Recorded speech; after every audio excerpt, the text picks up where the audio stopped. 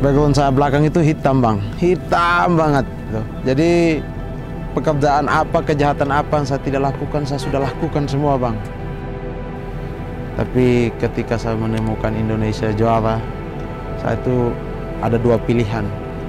Kalau saya tetap di hitam, berarti saya tidak akan hitam begitu-begitu aja, saya harus hitam pekat. Dan kalau saya putih, saya harus putih pekat.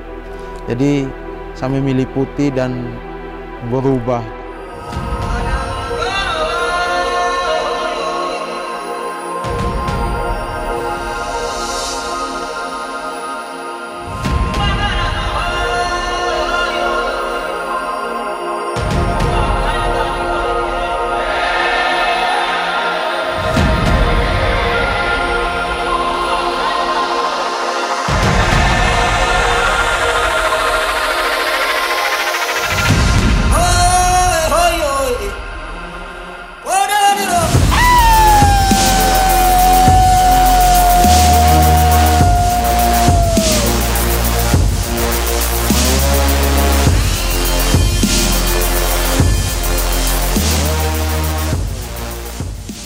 Perkenalkan, nama saya Afrianto Didahau, tapi lebih dikenal dengan Adi R. Faisal Mahdiansyah. Nama saya Samuel Daramagu, biasa dipanggil ADM. Saya lahir di Pulau Sumba, yaitu di Kabupaten Sumba Timur. Saya asal dari Kodi, Sumba Barat Daya. Saya lahir di Waikabubak, tepatnya di Kabupaten Sumba Barat, Pulau Sumba, Nusa Tenggara Timur. Sebelum 2017 itu aktivitas sehari-hari saya itu sebagai driver antara kabupaten. Penghasilannya seminggu cuma 600 itu. Kalau ada yang butuh jasa kami ya dipakai, kalau tidak, tidak.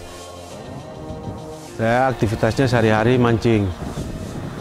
Sini ada teman-teman saya, ada yang mancing, ada yang ke sungai, pergi mandi. Pergi mandiin kerbau, pergi mandiin kuda di sungai. Saya belajar di Lembaga Pendidikan Islam.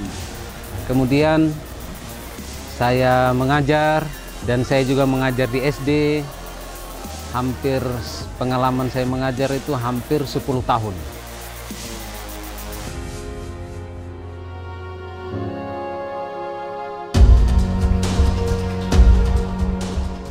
Saya banyak melihat Pulau Sumba ini indah sekali, tapi dari pemerintah sama dari orang-orang Jakarta gitu kan, Sumba Timur adalah angka kemiskinannya yang paling tinggi. Saya sebagai putra daerah, dulunya itu Kodi ini dianggap paling ditakuti karena ya faktor dari pendidikan juga. Kebanyakannya di sini anak-anaknya nggak sekolah, begitu besar tidak mengerti. Kalau mau menunggu dari pemerintah atau segi pendidikan, saya kan tidak mendukung, dan tidak ada asosiasi pariwisata atau sekolah pariwisata yang gampang kita sekolah. Itu kan di Sumba itu belum ada bang. Jadi saya itu begitu ketemu sama Indonesia Juara, saya diterbangin ke Labuan Bajo. Saya dilihatin bagaimana salah satu daerah itu seperti Labuan Bajo yang saat ini itu lagi primadona. Jadi setelah saya melihat bagaimana tim itu bekerja gitu kan, bagaimana melayani tamu, jadi saya itu secara tidak langsung itu sedang kursus atau sedang studi atau sedang belajar yang betul-betul saya itu tidak mengeluarkan duit sepeser pun gitu kan, dikasih dengan gratis gitu kan. Padahal ilmu ini ilmu yang luar biasa gitu kan, dan tidak semua orang itu bisa dan mampu menggali ilmu ini. Waktu saya lihat kamera itu apa, ada tuh yang terbang, saya juga namanya nggak tahu, cuma disebut drone gitu kan. Jadi saya tuh bagaikan botol aqua atau gelas aqua yang terbuang di jalan. Saya diambil, saya dipilih, aqua yang kosong itu saya diisi air, ya isi air itu ibarat ilmu yang diisikan di otak saya yang beku, otak saya dicairkan oleh Indonesia Juara, oleh Bang Faisal. Jadi saya dididik harus berjuang. Kapan lagi kalau bukan kita sendiri yang berjuang? Nah, kalau kita tidak berjuang, kita mau menunggu sampai kapan? Jadi saya itu bercerita ke dia, Bang Adi, kok bisa ya orang yang baru pertama kali bertemu dengan kita gitu. Begitu kita pulang dikasihkan drone, apa ndak takut rugi dia itu? Kalau kita tipu-tipu sedikit kan bisa gitu kan. Si Bang Adi jawab gini, Bang, ya sebenarnya sih begitu sih, tapi sayang Bang. Gitu. Orang percaya cuma satu kali saja, dia bilang begitu. Saya berpikir iya juga ya. Ya oke lah. Terus si Bang Adi bilang, Bang, pokoknya setelah kita sampai di Sumba nanti jangan menyia-nyiakan kesempatan. Gitu. Kita berjuang. Oke, dia bilang, dia bilang gitu. Jadi dari situ saya mengerti, saya kembali ke daerah saya harus berjuang. Dan saya berjanji sama diri saya sendiri, sama Indonesia Juara, saya akan berjuang sampai maut itu memisahkan diri saya dengan pariwisata. Begitu saya dapat pelatihan di Indonesia Juara, saya senang sekali membuat dokumentasi, foto, drone. Makanya saya ingin tamu-tamu yang ke Sumba itu mendapat hasil kamera, hasil drone dari saya itu yang bagus-bagus. Sekarang bagi saya itu kamera itu adalah senjata. Gitu. Kenapa saya bilang senjata? Ketika saya memotret gitu ya, dan saya mengabadikan momen atau alam begitu, dengan kamera itu secara tidak langsung itu saya mengabarkan kepada dunia gitu, memberitahu kepada dunia ada loh alam yang seindah ini. Gitu. Kalau dulu sih senjata saya seperti biasa, ya ada parang di sini kan, namanya orang Sumba itu ada parang. Orang Sumba bilang itu katopo, kalau Sumba Barat itu katopo gitu. Ya walaupun saya tidak namanya ada di Sumba itu masih sampai sekarang ya tetap juga sih, tapi untuk sekarang itu senjata saya itu adalah kamera, karena kamera inilah yang akan menarik para wisatawan orang-orang yang ada di luar pulau itu. Dan kalau sudah habis dokumentasi foto-foto itu kadang pas acara bebas yaitu seperti di bukit-bukit ya kita harus melihat tamu tuh arahnya kemana. Ketika tempatnya itu tempat berdirinya berbahaya, kita tuh selalu siap menolong dan memberitahu. Itu Kak, kalau bisa Bang, kita geser ke situ karena di situ sangat berbahaya. Nah, kalau di air terjun, kadang-kadang kan ada tamu tidak bisa berenang, tapi mau basah-basah gitu kan. Nah, kita tuh harus bisa lepas baju, tinggal pakai pakaian pendek, masuk temani tamu tuh berenang. Kadang ajarin tamu berenang, kadang ada tamu mau lompat, tapi takut lompat. Ya mau tidak mau kita harus mau untuk temani tamu tuh, ajarin dia lompat, kita harus support dia, mentalnya dia, kita harus ajar sama yakinin dia bahwa di situ aman. Dan juga sebelum kita yakinin dia di situ harus lompat, kita udah tahu kedalamannya berapa, di dasarnya itu udah aman, tidak ada batu, tidak ada kayu, dan untuk lompatnya itu harus aman di dalam. Jadi kita berani untuk rekomend dia harus lompat gitu. Kalau tidak, kalau di situnya tempatnya tidak ada pernah yang lompat dan kami belum tahu di dalamnya, ketika tamu itu minta, Bang kita melompat sini, ya kita ngomongnya baik-baik sama tamu. Di sini tidak aman, nah yang aman ada di sini gitu. Punya prinsip perusahaan gitu. Dimanapun kaki tamu itu menginjak di Sumba, kami selalu ada. Jadi dan keselamatan tamu itu adalah tanggung jawab kami sebagai guide. Ada tamu yang berkesan dulu. Terus waktu itu kita sunsetnya di Walakiri. Sampai di Walakiri, airnya pasang. Tapi karena saya ingin sekali bahagia di Sumba, saya sampai download aplikasi pasang surut air laut. Makanya begitu lihat pasang surutnya, saya lihat jam 5 subuh itu baru airnya surut. Makanya saya tukar, sunsetnya saya ambil di Bukit Persaudaraan, saya sunrise-nya di Walakiri. Makanya saya dapat hasil yang bagus. Dan yang momen paling sering saya juga sendiri nangis ketika tuh mau masuk bandara. Nah, ketika habis briefing itu ya tuh perpisahan terakhir, itu banyak yang 4 hari itu terasa 4 tahun, 40 tahun. Jadi cuma 4 hari 3 malam sebenarnya dia liburan ke Sumba kan. Tapi tidak tahu kenapa dia bisa nyaman, ya karena kita sebagai tour leader, sebagai guide, dan kalau rombongannya banyak, kita di situ sebagai bapak. Nah, bagaimana kita menjadi bapak yang baik supaya anak-anak kita bisa rukun, ya kita harus berjuang dan menunjukkan bahwa kita tuh memang seadil-adil mungkinnya gitu. Yang selalu ada di dalam pikiran kami adalah ketika Bang Agung itu berbicara dengan hati. Bang, pembicaraan kalian dengan tamu itu suatu saat akan hilang. Mereka akan lupa gitu. Tapi ada satu hal yang tidak akan terlupakan, bahkan sampai terbawa mati. Apa itu Bang? Yaitu ketika kita melayani mereka dengan sepenuh hati gitu. Pagi yang perlu. Semangat. Sejak mengenal Indonesia Juara, dia banyak merubah kami dari karakter, ekonomi, dan kami itu banyak belajar dari Indonesia Juara tentang memperdayakan manusia.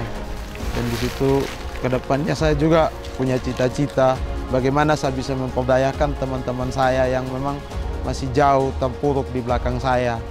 Harapan saya kedepannya Indonesia Juara lebih besar lagi, karena di Sumba ini masyarakat di daerah saya sudah merasakan hasil dari pariwisata. Contohnya tamu yang ke Sumba itu bisa membeli kain, bisa membeli parang yang mereka buat di setiap kampung-kampung adat. Jadi bagi tamu yang mau ke Sumba jangan takut untuk ke Sumba lagi, karena di Sumbanya di sini aman. Kenapa saya harus ditato, Bang? Karena saya itu kadang orangnya cepat pelupa, Bang, cepat bosan, cepat terpengaruh. Jadi saya berpikir jika dia ada tato, berarti itu adalah kitab suci saya, Bang.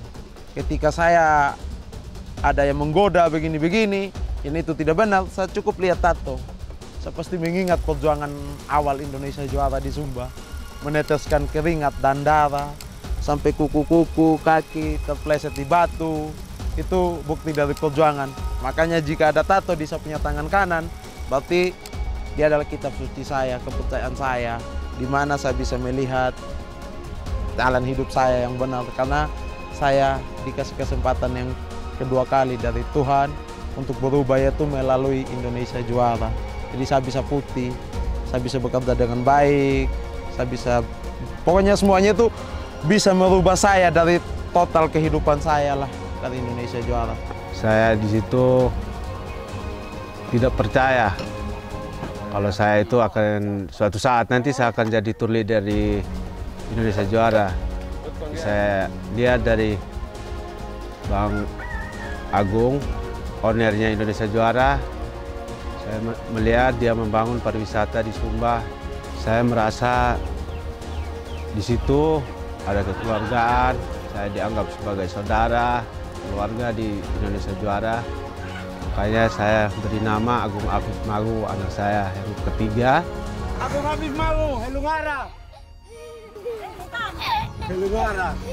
Rasa nyaman dan saya merasa di situ diperlakukan seperti saudara kandung sendiri. Makanya saya itu kadang-kadang berpikir ke ayat yang sering saya sering ada di pikiran saya gitu ya. Sesungguhnya dalam penciptaan langit dan bumi serta silih bergantinya siang dan malam, itu ada tanda-tanda kebesaran Allah bagi orang-orang yang berpikir. Dari ayat itu saya itu melihat, wah, pergantian atau silih bergantinya malam dan siang. Itu kan berarti kan ketika matahari terbit dan ketika matahari terbenam. Nah, disitulah saya terinspirasi, wah, ternyata luar biasa lukisan ilahi. Nah, dari situlah saya itu jadi semangat gitu kan. Ya dengan seringnya saya itu mengeksplor, seringnya saya turun melayani tamu, seringnya saya itu bersama dengan alam gitu. Saya itu bertambah semangat gitu ya. Semangat dalam kerja, semangat dalam beriman kepadanya gitu. Puji Tuhan, kami selalu bekerja dengan hati dan bukan hanya sekedar kami mencari uang, yaitu untuk memperdayakan masyarakat lokal. Dan saya harapan untuk masyarakat lokal Sumba, marilah kita bersama-sama membantu, saling bergandengan tangan untuk memajukan pariwisata Sumba. Dengan perjuangan kami, tim Indonesia Juara, saya, Bang ADR, Bang ADM, harapan kami dengan perjuangan kami ini mudah-mudahan terinspirasi bagi daerah-daerah yang memiliki alam yang indah. Dan harapan kami mudah-mudahan Indonesia Juara semakin berkembang. Dan cita-cita Indonesia Juara yaitu memakmurkan pariwisata Indonesia itu tercapai. Saya kembali kepada prinsip perusahaan dan tim-timnya itu adalah loyalitas, integritas, dan komunitas. Saya mengambil dari komunitas, jadi kita sebagai tim itu bukan kru, bukan karyawan, tetapi kami tim itulah saudara gitu kan. Sekarang kami itu dijuluki Warkop. Ini lucu juga sih Warkop. Jadi Warkop itu ada Dono, Kasino, Indro gitu ya. Kalau saya itu sama tim itu dibilang kasino gitu ya, mungkin karena kecil sih. Nah kemudian si Dono ini orangnya kan lucu ya. Si Dono ini orang Sumba Timur itu kan. Nah, si Bang ADR. Nah si Indro ini kalau dilihat dari badan dan ya agak mirip-mirip dengan Bang Indro, makanya disebut dengan Dono Kasino Indro gitu kan. Ya ada momen-momen lucu tersendiri sih gitu. Jadi asik gitu ketika tim itu kita berjalan bersama gitu ya.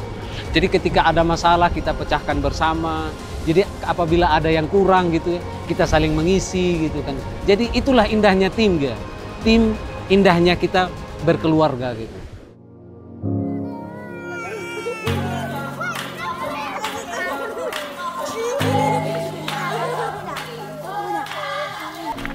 Kayaknya ada yang belum mandi nih, Gun.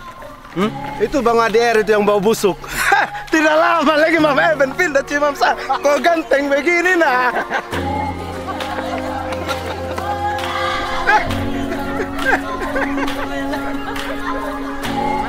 Jaga anak, jaga ibu.